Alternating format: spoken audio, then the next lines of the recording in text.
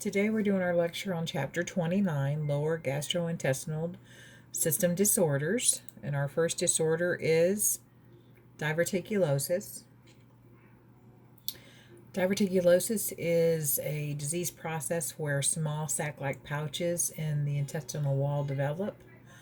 We refer to those as diverticula, and that's because there are weak areas in the intestinal wall that allow segments of the mucous membrane to herniate outward. Know your risk factors for diverticulosis. Those who have a low fiber diet, certain age, constipation, obesity, emotional tension or stress, or smoke, or have a lack of exercise, are all at a greater risk for diverticulosis. Signs and symptoms that occur. Often patients are asymptomatic, but many will report that they have constipation, diarrhea, periodic bouts of each. They may run a fever, they may have rectal bleeding. Be aware for patients with rectal bleeding, they will experience or can experience severe hypotension and dehydration and eventually progress to shock. So keep that in the back of your mind. And they have severe pain in their left lower quadrant of their abdomen and have nausea and vomiting and bloating. Complications include diverticulitis, and that is when the diverticula become inflamed or infected. Intestinal obstruction, intestinal wall perforation, peritonitis, bleeding, and fistula formation are all complications. Diagnosis, we look at the patient's complaints. What symptoms are they presenting with?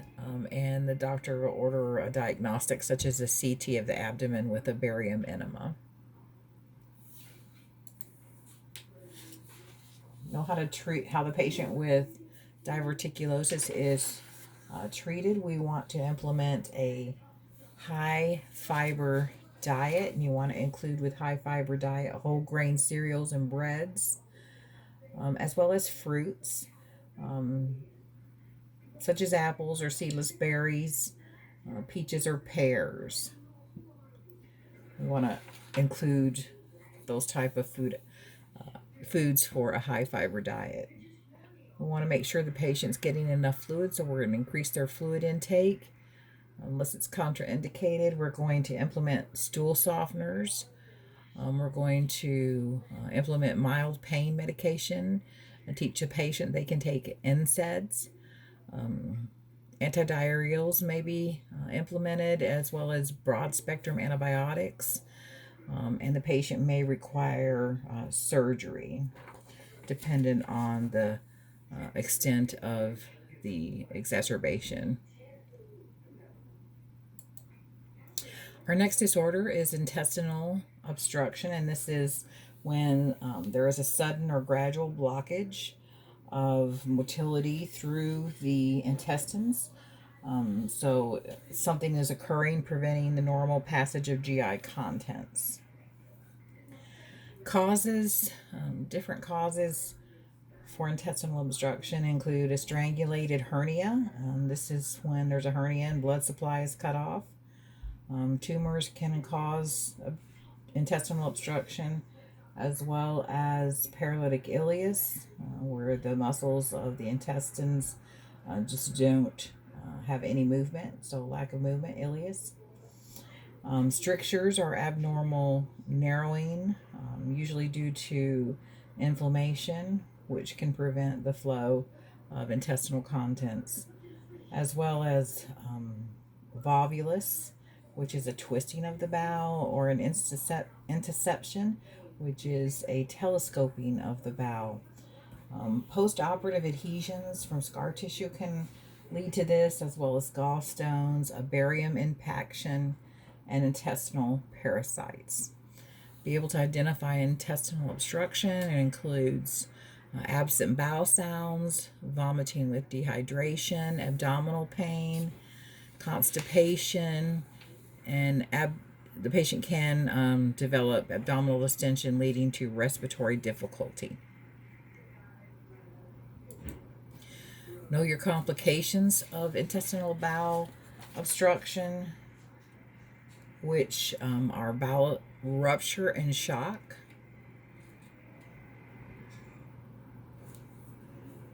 We want to diagnose it with a history and physical laboratory studies, and it will be confirmed with radiologic studies.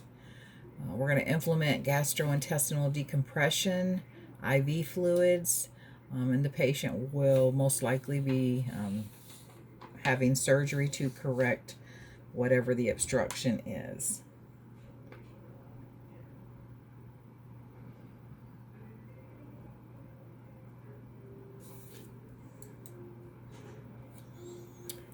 Nursing management for the patient with intestinal obstruction.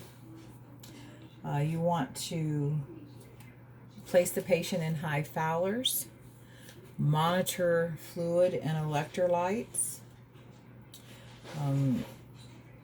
We want to measure abdominal girth every 2 to 4 hours. Back to the monitoring fluid and electrolyte status, you want to make sure that you're including assessing the patient's hydration. We're going to look for normal hydration. That's what we want to see, a patient with normal hydration.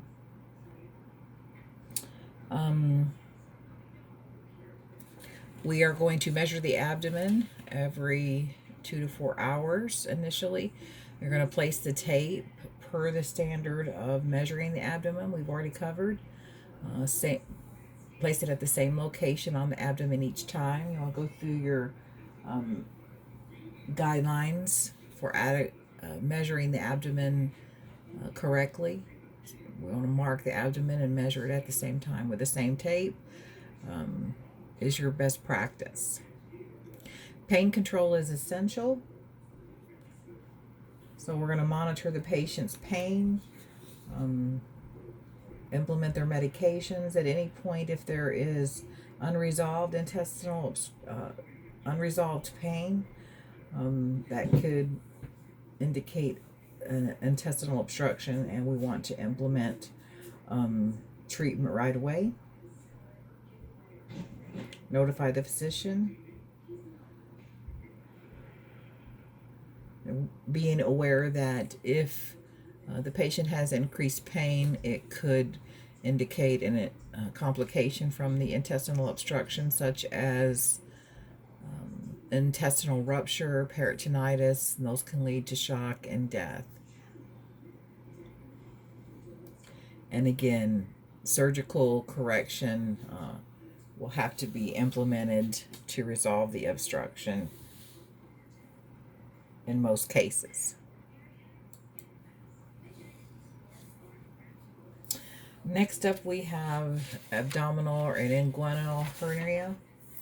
And these are hernias that occur when there's a rupture in the muscular wall of the abdomen, in which the intestine breaks through or may break through in the rupture of the abdominal wall, and that results in a hernia. So you just have part of the intestine breaking through that weakened area of the abdominal wall. Know what leads to these types of disorders. What are the contributing factors? It includes straining when lifting heavy objects, straining with defecation, patients with a chronic cough, and patients who have ascites. These are all contributing factors to developing a hernia.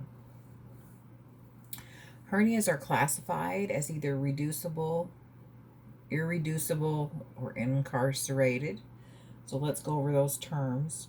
Reducible means that the protruding organ can be returned to its proper place by pressing on the organ. So basically the doctor just reduces the hernia and pushes it back into its proper place.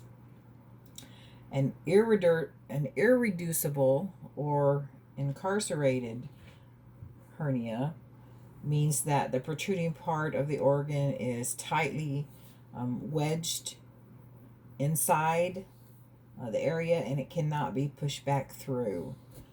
And so this herniated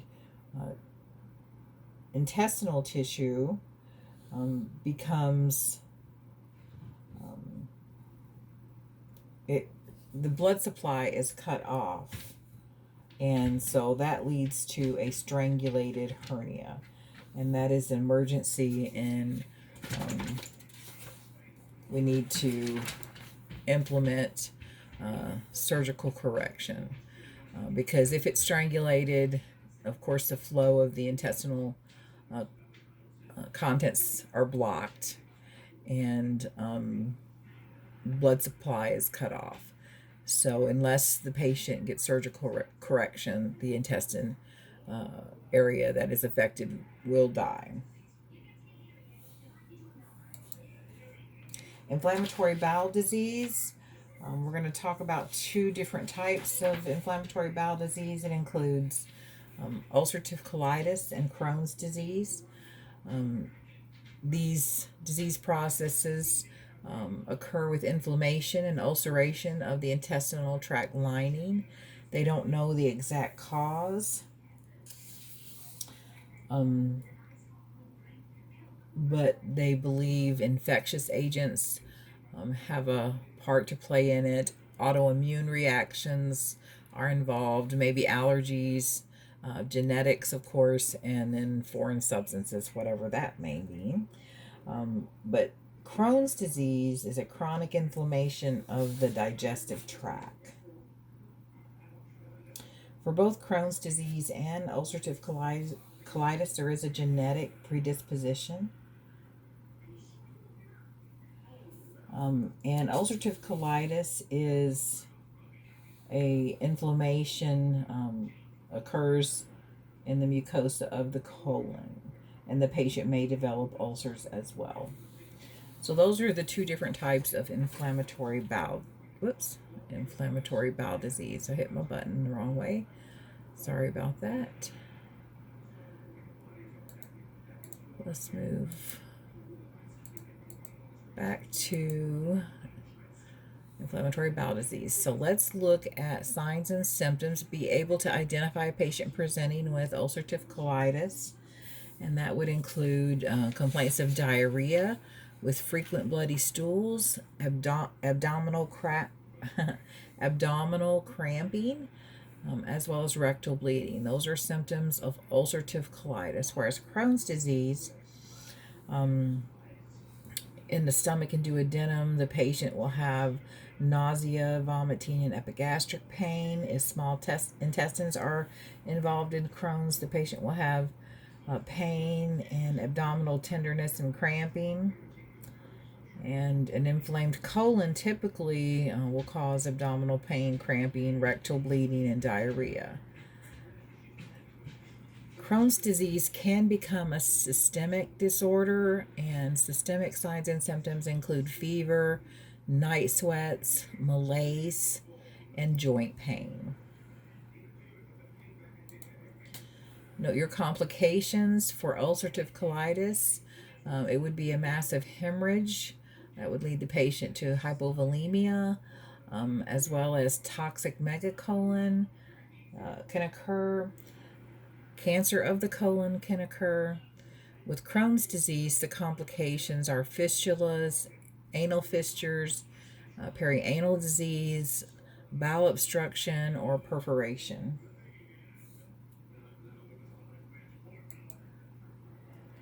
Medical diagnosis. We're going to get a history and physical from the patient. Probably the doctor will order some type of abdominal radiography. They may do a barium enema examination with air contrast, or a colonoscopy with biopsy to confirm the diagnosis. And they also may use, moving on down to video capsule, where they actually swallow a large pill like a video camera, and it takes pictures going down through the GI tract, and actually can get pictures all the way through. Medical treatment for IBD includes low fat, low fiber, high protein, and caloric diet, placing the patient on medications, and rest.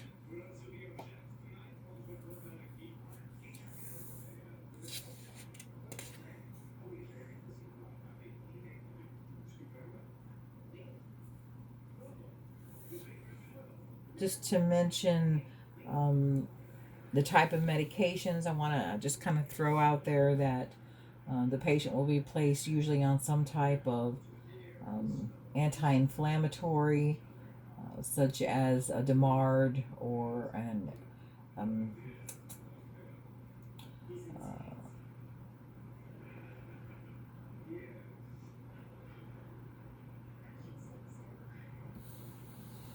yeah, we'll leave it at that. All right, let's move on to nursing diagnosis for the patient with inflammatory bowel disease. You want to be able to implement interventions for acute pain, um, for diarrhea, for deficient fluid volume. You want to be assessing for that normal hydration status, which we would assess normal hydration when the patient has a normal assessment, normal vital signs, normal skin turgor, normal INO, um, and mucous membranes that are moist, as well as imbalanced nutrition, and ineffective coping, and risk for injury. Patient teaching, you want to be sure to implement stress reduction. It's very important for patients who have IBD to manage their stress, so coping is very important.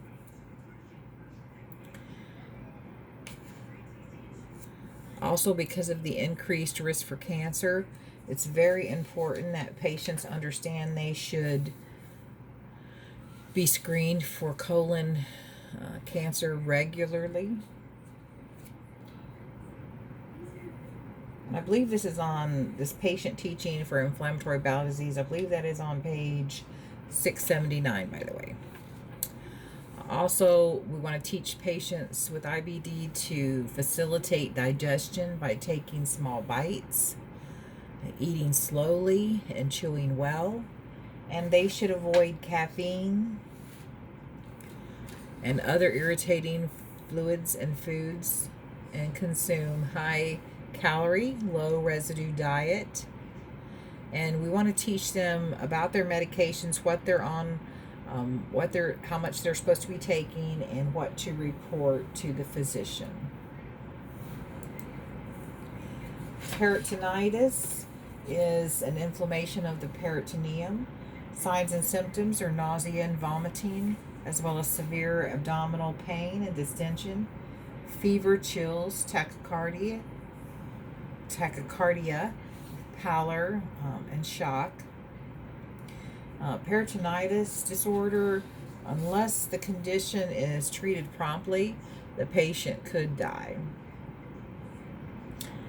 It is diagnosed with an H&P and looking at a CBC as well as a CT. Treatment, patient's going to have gastrointestinal decompression, IV fluids, antibiotics, analgesics, and surgery to clean and close whatever ruptured area that there, whatever damaged tissue there are in the peritoneum. Nursing care for our patient, we want to do frequent vital signs. We want to prevent respiratory complications, keep the patient in semi-Fowler's position to facilitate breathing. We want to monitor for a paralytic ileus, auscultate for the return of bowel sounds, monitor for the patient passing flatus or feces rectally, which indicates return of peristalsis. talk about the patient with an ostomy. You will be expected to be able to assess and care for an ostomy. A couple of terms for us to cover first. An ostomy is a surgical creation of an artificial opening into a body cavity. A stoma is the site of the opening on the skin. And ostomy surgeries can be an ileostomy, which is in the ileum, or a colostomy, which is in the colon. For colostomies, which is opening in the colon through which the patient will have their bowel movements, there are 3 types. Your book talks about loop colostomy, double barrel colostomy, and single barreled or end colostomy. I'm going to focus more on testing you over care rather than definition, but you do need to look over those in your book. And just to state, a colostomy is an opening into the large intestine. Just keep that in mind as well.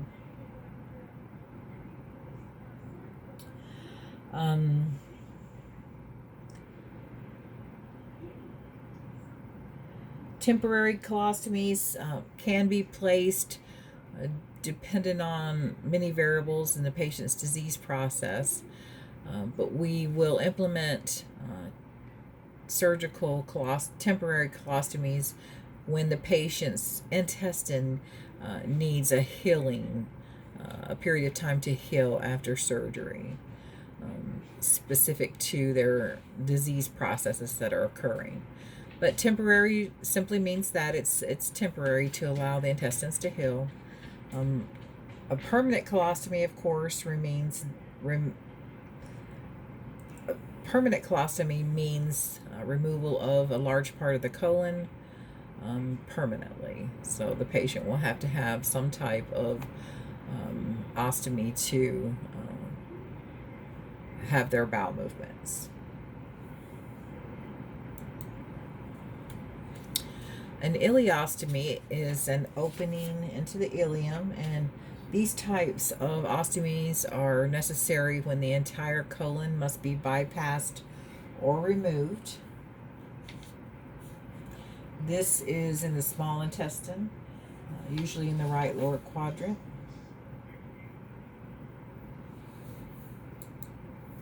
Let's look at the nursing care of the patient having ostomy surgery. For bowel prep, the patient's going to be placed on a low residue diet, liquids only. They're going to have laxatives and enemas, prophylactic antibiotics, and they will be placed NG tube to suction. Typically that's done in surgery, technically. You want to question the patient, determine their expectations. What is their understanding of the procedure? Do they understand their information? Do they need any other information? Are they implementing their coping mechanisms?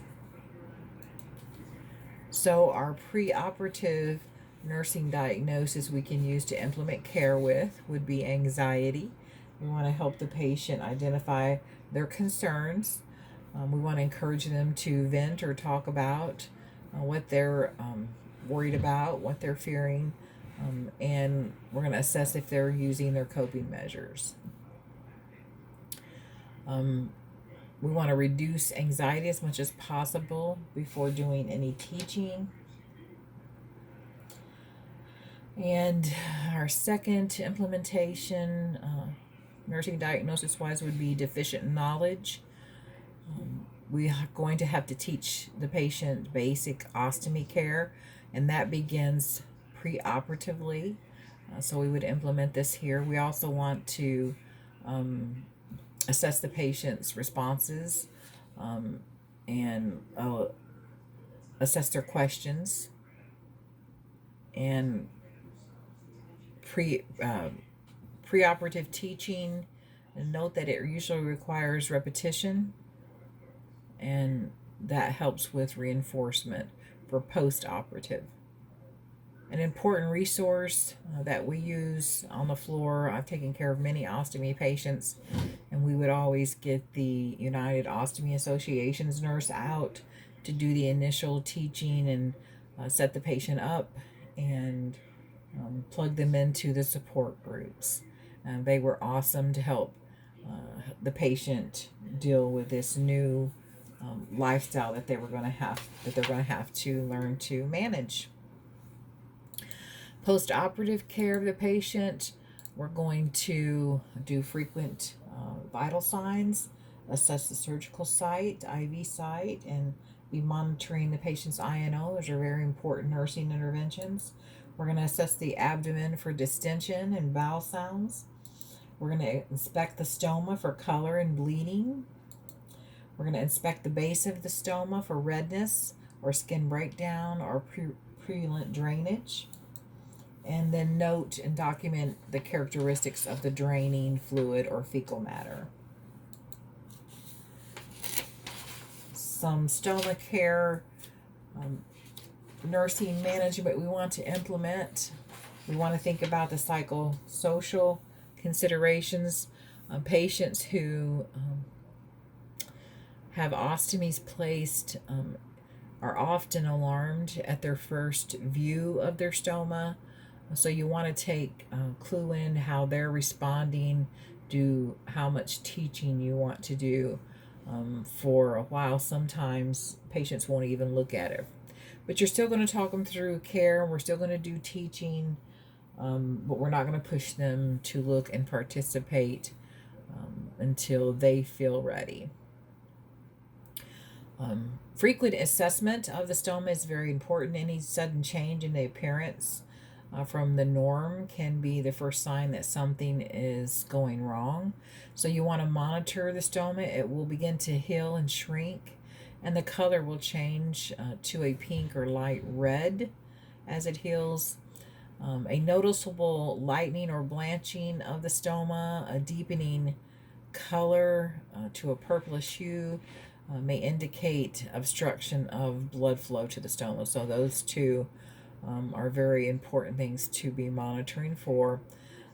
Also monitor for the skin around the stoma, and make sure the patient is implementing good hygiene, using skin barrier and cleaning the area at regular intervals. Monitor for signs of edema and monitor for fecal output. And just note, the stoma does not have any nerve endings, so it doesn't hurt the patient when we manipulate the stoma. And just to stay there, because I don't think I did, the normal color of the stoma should be a normal pink or red color. That indicates adequate blood supply. Important assessment, assessing the color. And that is all of chapter 29. We have one chapter to go tomorrow. If you have any questions, let me know.